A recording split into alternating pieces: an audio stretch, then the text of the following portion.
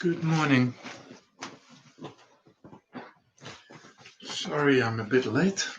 I had some technical difficulties. Not too good at the computer stuff, and I lost this link, but I found it again.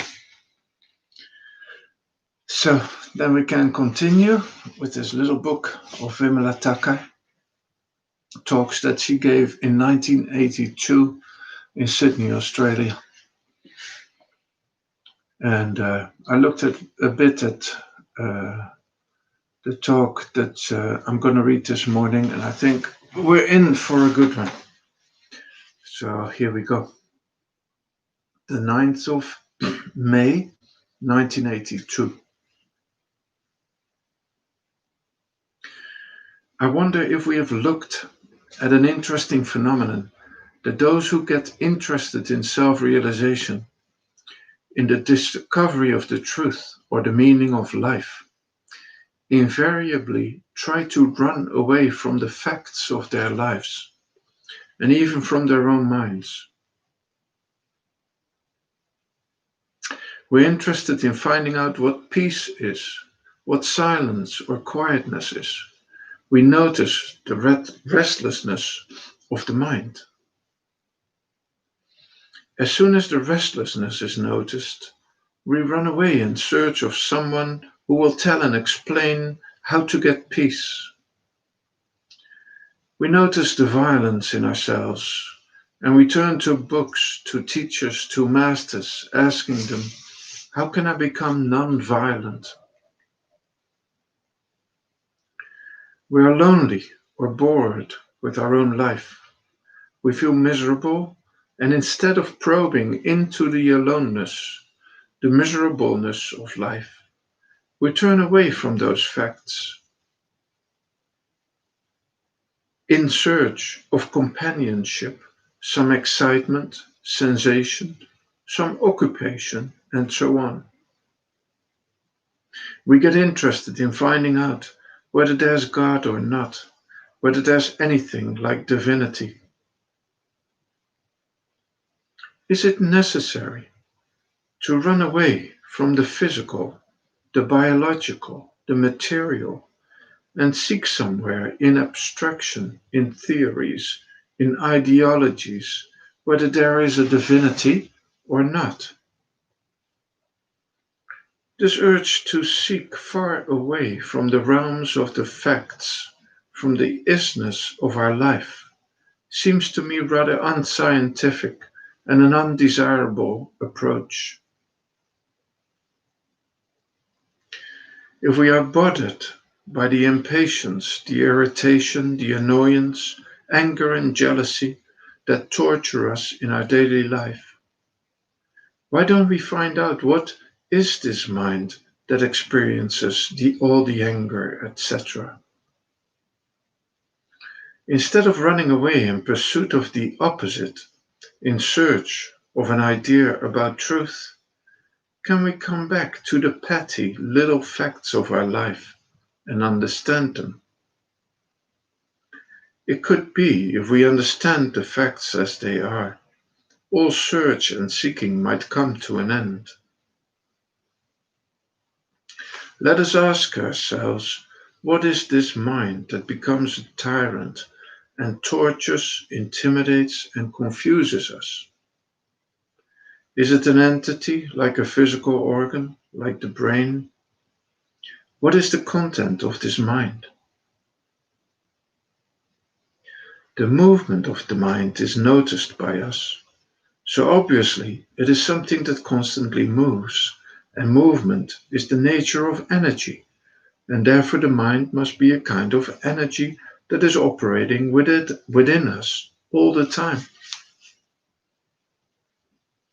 This energy is conditioned, trained, refined, and made to operate in various different channels. These ways of behavior fed into our brain are organized by society. They are the results of collective human efforts.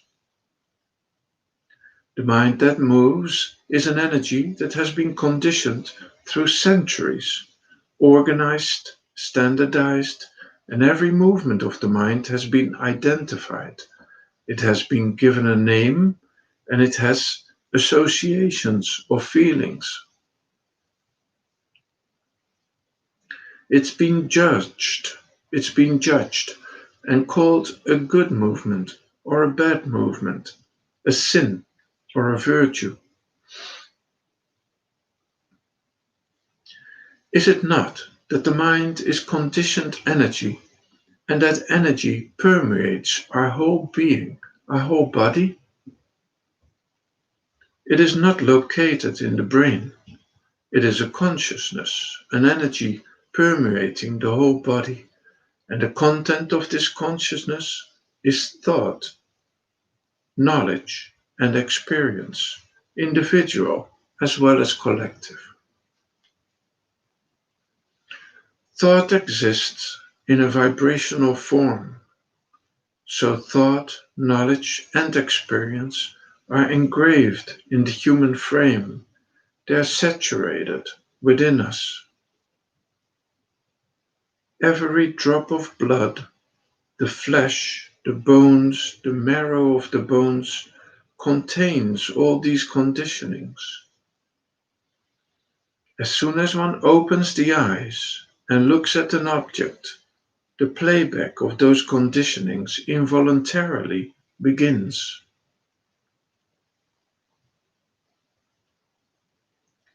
First comes the name of the object, and so the identification.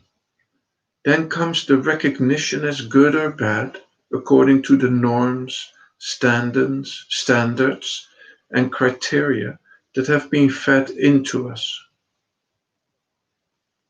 Then comes the like or the dislike, the judgment of liking or disliking. Then the acceptance or the rejection. It does not take as much time as it has taken me to verbalize it. It moves with terrific speed, this naming, identifying, recognizing, judging, accepting, or rejecting. This playback of memory goes on when there is contact with the external world through the senses. Even the patterns or reactions have been fed into us. The reactions of people the world over are not different. They are collective ways of behavior. The mental movement is not something owned and possessed by the individual, but it is a cerebral, a chemical way of behavior, and we have been conditioned to respond to the situation according to our conditionings. Anger and jealousy do not belong to you or to me. They are there as human ways of behavior and have been there for thousands of years. So we look at them objectively as a pattern of behavior and not as something owned and possessed by us. If we can understand this mechanistic movement of the mind, that the contents of the mind are only these conditionings through economical, political compulsions, religious, ethical, and aesthetical norms, and that we are conditioned in thousands and one ways, and that we are the product of those conditionings. Can we understand this?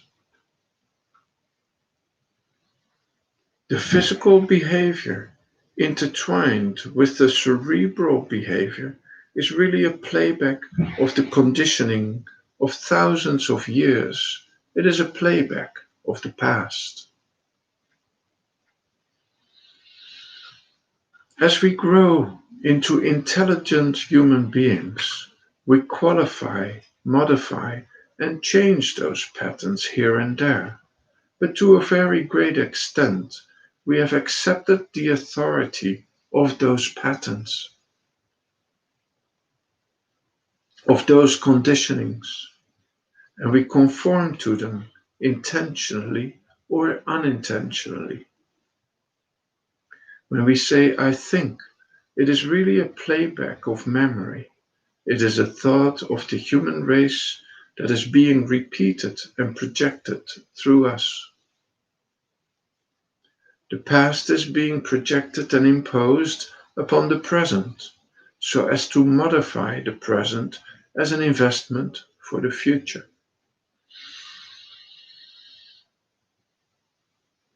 If this simple truth about the mental movement is appreciated, if these facts are understood as they are, without feeling sorrow for ourselves, then we would not pamper our mind and we would not worship our reactions. Today, that which binds us is not the movement of the mind, but our attachment to those movements. We justify our angers, we defend our jealousies, we explain away distortions and perversions. Though we may be recognizing inwardly that it is a perversion, we are not willing to accept it onto ourselves and onto others. We see that the mind is a repetitive, mechanistic movement, and the game of self-cheating comes to an end. No more worshipping the reactions, the likes, the dislikes. No more trying to impose them upon others. All the anti-social behavior comes to an end.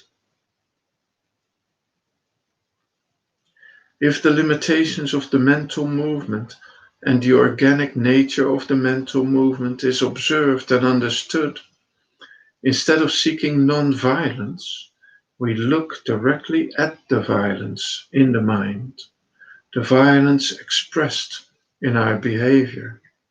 We look at the restlessness of our behavior without trying to justify or defend.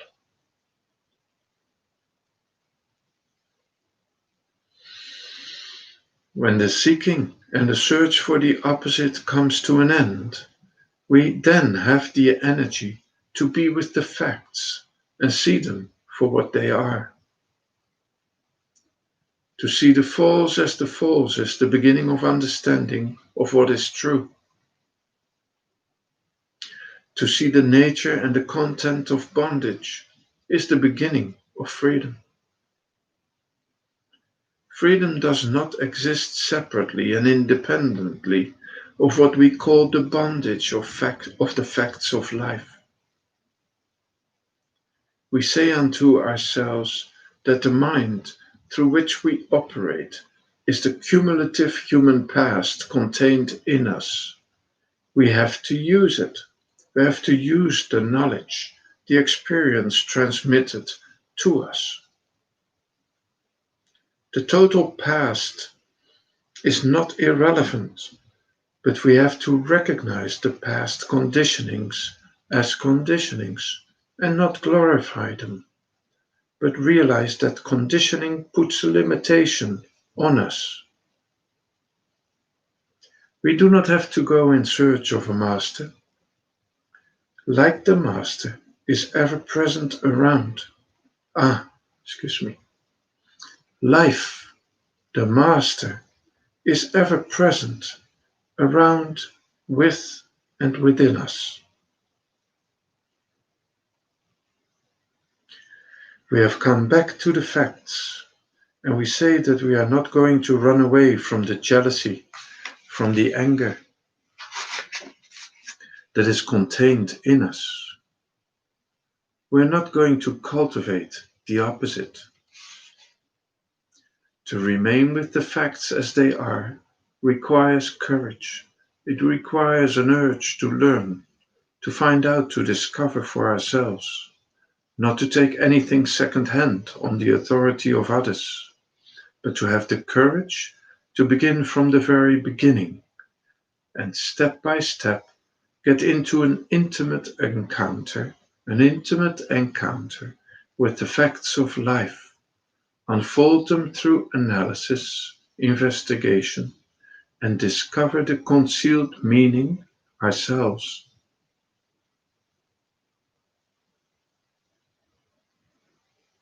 Religion is the personal, first-hand discovery of the meaning, the truth of these facts. Religion is not borrowing theories and grafting them upon our psyche. We're not going to seek or search, but we're going to be with the facts.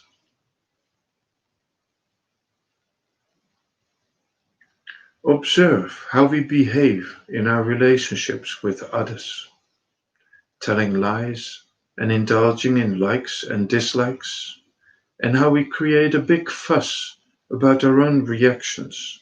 We pamper them. If something displeases us, then the whole day is spoiled. One person, one word has hurt us, and we can't relate ourselves with anyone else through the day just because of that one incident that has taken place. We can't put an end to that. This identification with the movement of the mind, this attachment to our patterns of reaction, comes to an end when we really understand and factually see, not verbally, not only academically or theoretically, that they are only conditioned ways of behavior. They are neither to be suppressed nor worshipped. If and when the worship, the justification comes to an end, we will wonder why people justify their wrong behavior.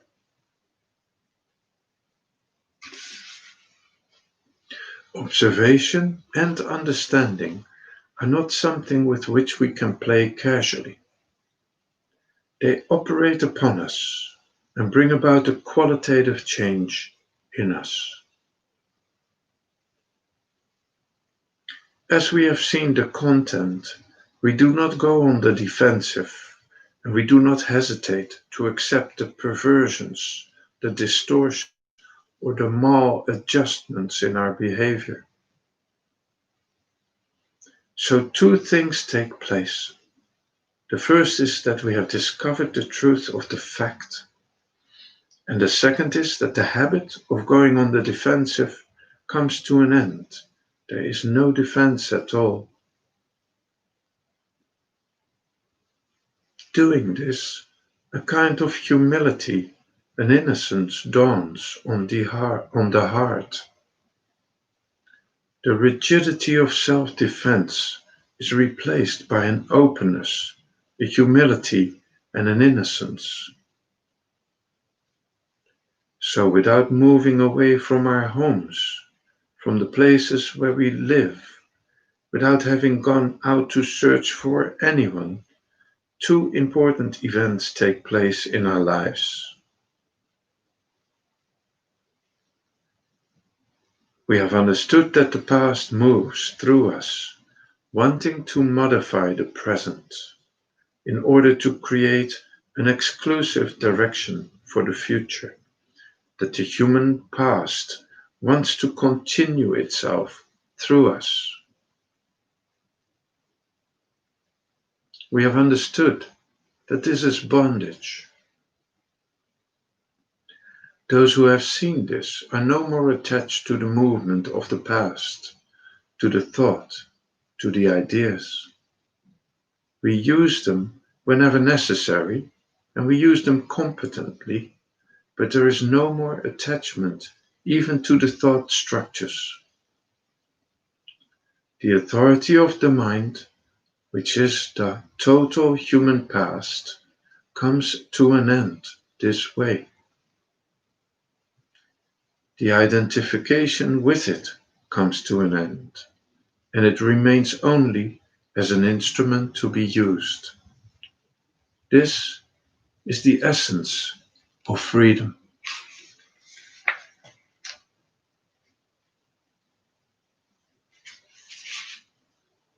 I think till so far today, and then I'll finish this chapter tomorrow. So I wish you a very good day. Bye for now.